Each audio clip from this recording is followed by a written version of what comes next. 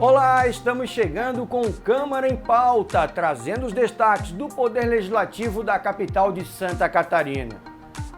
A CPI da Zona Azul, que está investigando possíveis irregularidades no contrato de concessão do serviço de cobrança dos estacionamentos públicos aqui da capital, iniciou a fase das oitivas.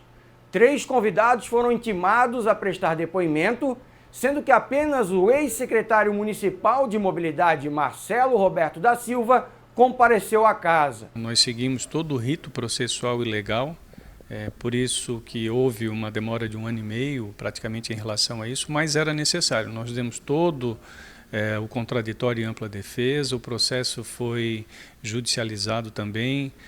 Não havia como nós, num processo judicializado, nós tomarmos medidas administrativas sem que efetivamente nós tivéssemos uma decisão judicial. A partir do momento dessa decisão, daí sim, tomamos a principal decisão, que foi o cancelamento do contrato, em função de todas as possibilidades que se deu para a empresa de se pagar aquilo que devia, regularizar a sua situação. Não houve interesse por parte da empresa e estamos agora na fase de produzir um novo processo licitatório. Esse processo está sendo capitaneado pelo secretário Michel, o secretário Everson, a secretária Caterine, para que a gente não cometa erros como foram cometidos na gestão anterior, num processo licitatório que se tinha dúvidas, interpretações errôneas, e vamos fazer o melhor possível, utilizar a tecnologia, dar um maior conforto e segurança às pessoas que utilizam a Zona Azul e que efetivamente venham a Florianópolis e tenham o interesse público assegurado. Existe a possibilidade de agregar esses funcionários que estão desempregados dentro desse novo processo?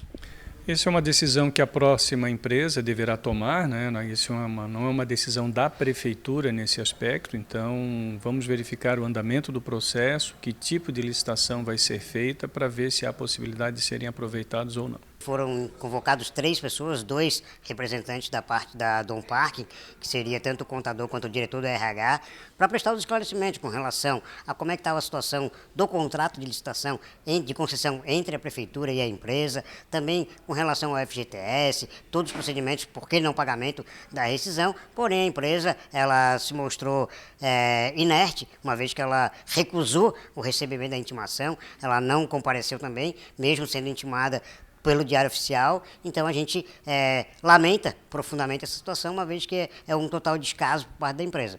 Nós tivemos, por outro lado, a presença do secretário adjunto de Mobilidade Urbana, o secretário Marcelo, que foi gestor do contrato no início da gestão, de 2017 até 2019, onde ele fez todo um panorama do que aconteceu desde o início dessa gestão até o momento atual. Agora os encaminhamentos vão ser ouvidos também, tanto os representantes da empresa, que na sexta-feira teve a questão que a empresa tentou se evadir do local. A gente vai chamar os representantes da mudança, os guardas municipais também que participaram daquela operação. Vamos chamar também, a ideia é convocar os ex-secretários de mobilidade, Vinícius Coferri, Valdir Piacentini, também o Adriano Mafra, além dos representantes da Dom Parque, que eram os representantes administrativos, a Joyce e também o diretor administrativo financeiro Nerto, e outras pessoas também que possam estar corroborando para que a gente possa elucidar esses procedimentos. Na próxima segunda-feira a gente vai estar fazendo as oitivas das primeiras pessoas que estão sendo deliberadas, tanto na segunda quanto na terça, dia 21 e 22, e depois, posteriormente, também no dia 28 de outubro, a gente vai estar finalizando essa primeira leva de oitivas, e aí depois a gente vai dar os encaminhamentos necessários. No dia 16 de outubro foi comemorado o Dia Mundial da Alimentação. E para marcar a data, a Câmara Municipal de Florianópolis destinou o espaço do grande expediente da sessão para ouvir os discursos do vereador Marquito, que é o autor do requerimento, e também do presidente do IGV, o padre Wilson Grow. 3 dimensões que a gente pode trabalhar. A primeira dimensão é construir uma política de abastecimento real e de agroecologia nessa relação campo e cidade, incentivar inclusive as nossas comunidades empobrecidas a possibilidade da gente fazer agroecologia. Eu acho que as dimensões que o Marquito trouxe e traz no bojo das suas questões, elas são fundamentais para a gente pensar o mapa da fome, gerando perspectiva. Um segundo caminho, penso eu, que é essa casa que tem de pensar a problemática do desemprego. e gerarmos perspectiva, discutirmos, ampliarmos esse processo da discussão para a gente pensar a qualificação de mão de obras efetiva, pensar a questão de uma economia criativa, criar condições de ampliar esse horizonte cada vez mais, do ponto de vista, num olhar para a nossa juventude, que é fundamental a gente gerar oportunidades para a juventude. E num terceiro dimensão de todas as falas que foram feitas, da responsabilidade que os vereadores têm com a questão da gestão pública, do ponto de vista de serem os grandes sentinelas da fiscalização, de uma gestão e de proposição em cima de realmente prioridades que possamos cumprir realmente do ponto de vista de que é a partir do estômago das pessoas, da necessidade de não só pensar o estômago enquanto pão que mata a fome, mas pensar a educação, pensar a saúde, pensar o que compõe realmente a compreensão do exercício da cidadania na vida de uma cidade. Durante esse período que nós estamos aqui na Câmara, todo dia 16 de outubro, a gente faz uma comemoração alusiva ao Dia Mundial da Alimentação, que é um dia que busca fazer a discussão através da garantia do direito humano à alimentação adequada. É importante destacarmos que nós temos muitas pessoas passando fome. No Brasil, são mais de 7% da população brasileira hoje que passa fome, fome crônica, que não ter comida para comer. E a gente aqui na nossa cidade, a gente encontra essas populações passando fome também. Sejam na população em situação de rua, sejam nas periferias, sejam nas comunidades mais empobrecidas. A gente conta, por isso, a importância de trazer o Padre Wilson para fazer essa fala na sua caminhada de mais de 40 anos nas periferias e da importância de a gente pensar em políticas públicas. O nosso mandato vem muito comprometido com políticas de agricultura urbana, de segurança alimentar, de agroecologia, de acesso à alimentação. A gente vem há 3 anos tentando colocar uma emenda no orçamento para construir um restaurante popular. A gente vem discutindo as questões do desperdício, né? E tudo isso são temas que é super importante para a cidade. Uma reunião ampliada da Comissão de Meio Ambiente discutiu a situação do esgotamento sanitário do bairro Rio Vermelho, que vem aumentando significativamente com a grande quantidade de construções irregulares na região. A Casan pode ampliar a rede de esgoto na região? Atualmente, essa rede não pode ser implantada, essa região ali do Rio Vermelho ali, ela não poderia estar sendo atendida com a rede de esgoto, porque nós não teríamos para onde lançar o efluente tratado. Foi pensado em encaminhar esse efluente para a ET da Barra da Lagoa, só que como a ET da Barra da Lagoa tem um sistema a disposição do efluente tratado final é por aspersão, já está no seu limite, então não poderia estar recebendo mais essa região do Rio Vermelho. Mas existem outras soluções? Teria outra solução, que seria encaminhar isso para a ET dos Ingleses, mas a ET dos Ingleses também não pode mais receber, porque ela tem um limite de 100 litros por segundo hoje, e ela está lançando no Rio Capivari, e o licenciamento só atenderia mesmo à rede dos ingleses. E como uma outra alternativa, poderíamos fazer uma nova estação de tratamento ali no Rio Vermelho, só que, de novo, teríamos esse problema do que fazer com efluente tratado. Então, a única opção, uma das opções que a gente vê seria o emissário submarino, que poderia estar atendendo todas essas regiões, inclusive o Rio Vermelho. A Prefeitura acompanha para e passo todos os estudos que estão sendo feitos em conjunto com a Casan e com os técnicos da própria Prefeitura, para que haja, dentro de um consenso, uma solução, porque aparece 2 ou 3 maneiras para tentar atender a comunidade do Rio Vermelho. Porém, nós vamos verificar aquela que mais vai se adequar para preservar justamente o manancial aquífero, né, e os nossos rios da região. Uma reunião muito proveitosa.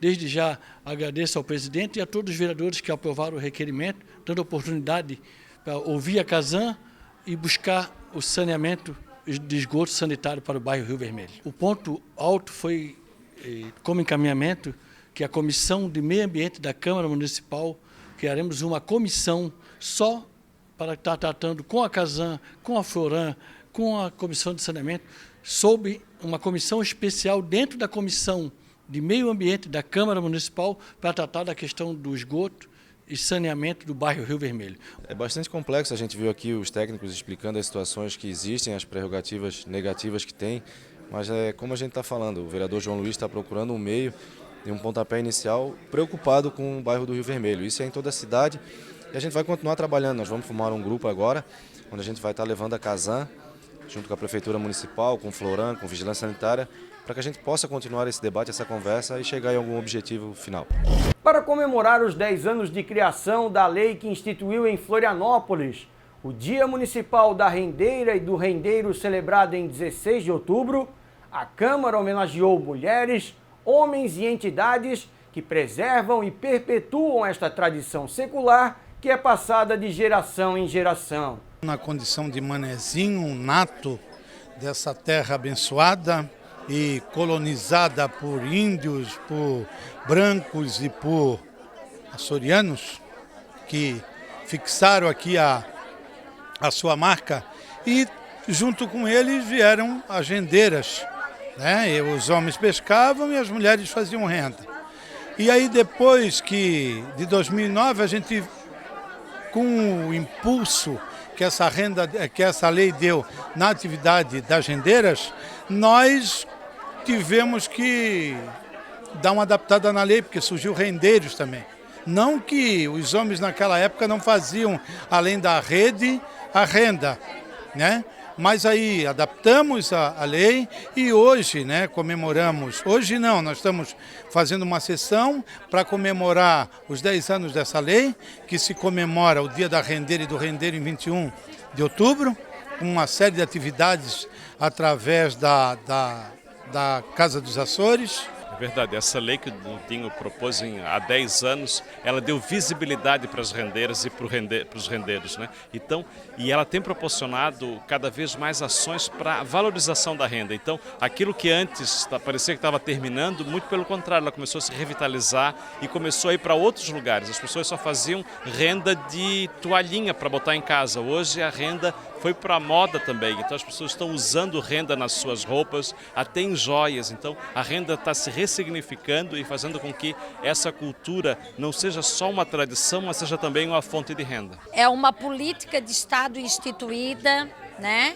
Porque através dessa lei o município de Florianópolis, a Prefeitura Municipal de Florianópolis consegue consolidar uma política pública de ações juntamente com as nossas rendeiras, desde projetos com oficinas de arte e educação, com projetos de fortalecimento aos polos de artesanato e a toda a valorização às nossas mestres e mestres da cultura popular. A Prefeitura de Florianópolis já vem trabalhando há algum tempo na valorização da cultura açoriana, das nossas origens, das raízes, da nossa colonização. Muito mais do que isso, próprias Ilhas dos Açores, né, estão visitando Florianópolis, porque lá está perdendo essa prática. Aqui a gente continua mantendo a tradição das rendeiras, de mãe para filho e assim em diante, passando ensinamentos. As próprias escolas de artes que a Prefeitura incentiva e patrocina, nós temos também as escolas de rendeiras, valorizando essa cultura e demonstrando um pouco mais da história de Florianópolis nesse convívio e valorização da cultura açoriana.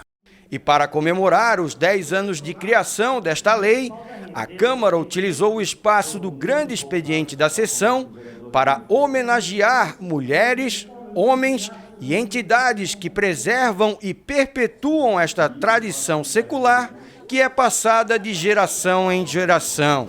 Foram homenageados o Grupo de Renda de Bilro da comunidade do Sambaqui, Grupo de Renda de Bilro da comunidade da Praia do Forte, Grupo de Renda de Bilro da comunidade da Armação do Pântano do Sul, Grupo de Renda de Bilro da comunidade do Pântano do Sul, Grupo de Renda de Bilro da comunidade do Balneário dos Açores e também o Grupo de Renda de Bilro da comunidade da Lagoa da Conceição. Foram também homenageados o Centro de Artes da UDESC, a senhora Ita Melilo, de 89 anos de idade, a senhora Marilba Nádia de Oliveira, mãe do vereador Marcelinho da Intendência, e a rendeira mirim Maria Cláudia Bueno, de apenas 12 anos de idade. eu acabei vendo várias reportagens sobre como a renda estava morrendo. E eu, mesmo não nascendo aqui, desde nascer, eu vivi aqui. Então eu comecei a procurar um grupo em que eu pudesse aprender a fazer. Então a minha mãe, ela achou uma amiga que tinha aprendido e me mostrou o professor. A gente agradece por essa sessão, que para nós de rendeira é muito bonito. Há quanto tempo a senhora faz renda? Há 59 anos. Eu trabalho lá na Fortaleza São José da Ponta Grossa, na Praia do Forte, né, que eu sou de lá, mas meu ganho é só a renda. Eu comecei em 71, né? E assim, só que a gente não imagina, principalmente não imaginava que a minha história, por ser o primeiro rendeiro da ilha e passando por preconceitos, ia virar um documentário, que hoje já está na tela do cinema. Hoje a senhora ainda faz a renda? Faço ainda. Ou vendo na feira, tudo. Tem feirinha lá, todo mês eu faço renda lá. Porque agora já estou mais de idade, já saio ali para a casa do filho, e vou para minha casa, faço um pouquinho e saio. É assim.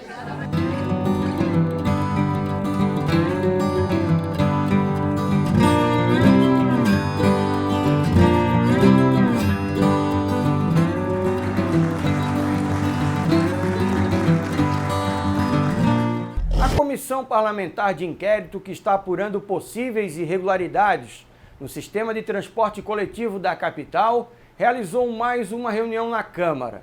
Desta vez, o relator da CPI, o vereador Renato da Farmácia, entregou e apresentou aos demais membros o relatório final com todas as informações e também as atividades realizadas durante os 8 meses de trabalho. O que nós observamos é de que o sistema é caro. Nós ouvimos aqui as oitivas dos conselheiros, visitamos o centro de operações e fizemos uma análise de todos os dados que nos foram apresentados. Conversamos deliberadamente aqui e vimos que os conselheiros não têm preparo.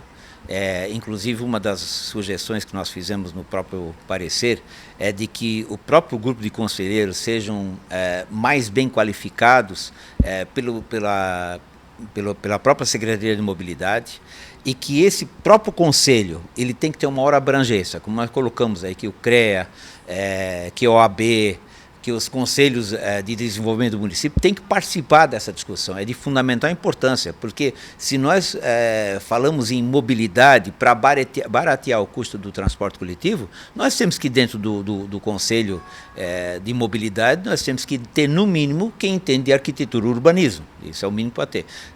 A questão do OAB, para analisar as questões mais judiciais, e, da mesma forma, os conselhos de desenvolvimento do município, que cada região tem o seu representante e vai dizer o que é mais importante no transporte coletivo do Rio Vermelho, o que é mais importante no transporte coletivo do continente, ou do centro. Enfim, nós precisamos ouvir essas opiniões que hoje elas não existem dentro do próprio Conselho.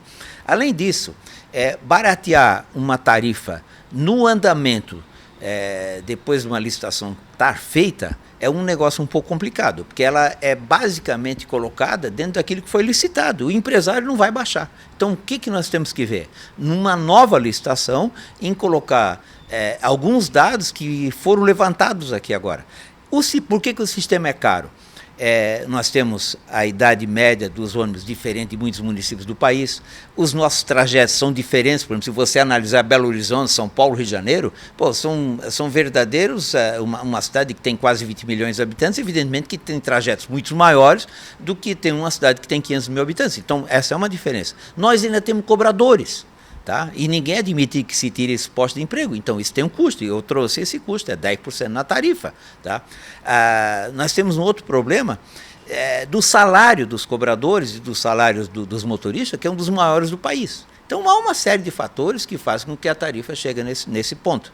Então, basicamente, nós não encontramos nada anormal, não existe alguma coisa que pode se chamar de picaretagem, não existe, né? Todos os dados, tudo é muito transparente. Entendo que o consórcio Fênix são pessoas que estão há décadas comandando o transporte coletivo da cidade, evidentemente que eles têm muita experiência, com muita tranquilidade trouxeram tudo isso. Agora, eu só vejo uma forma, o município faz a sua fiscalização, mas uma próxima licitação, ela é que tem que trazer os dados para que haja uma mudança. No que tem atualmente aí, eu não vejo absolutamente nada de irregular que possa colocar em dúvida todo esse trabalho. A partir da sua apresentação desse relatório final, quais são os próximos passos da CPI?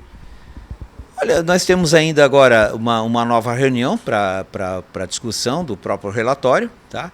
E aí o presidente que faz o encaminhamento. Nós fizemos nosso papel como relator e a partir de agora o presidente, em conformidade com os demais membros, é que toma uma decisão.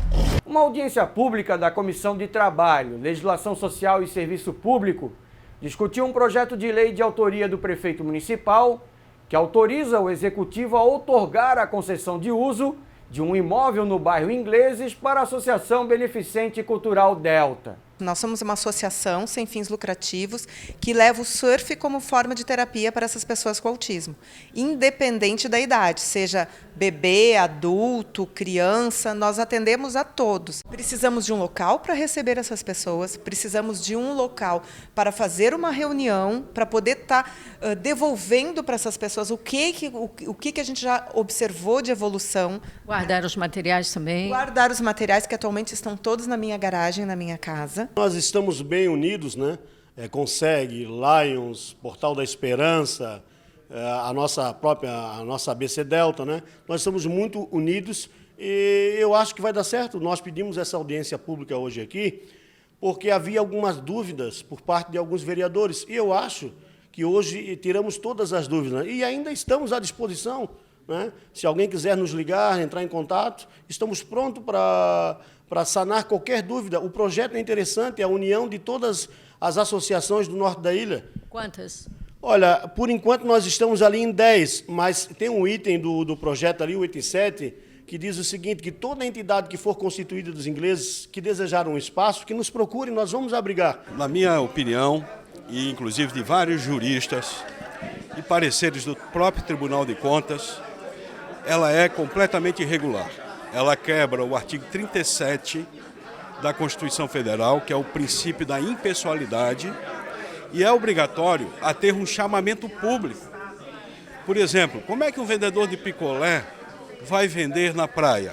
Ele participa de um chamamento público. Um box do mercado também participa de um processo de licitação. Por que uma entidade ela recebe um imóvel no valor de R$ 4.400.000 num canal direto, num canetaço do prefeito?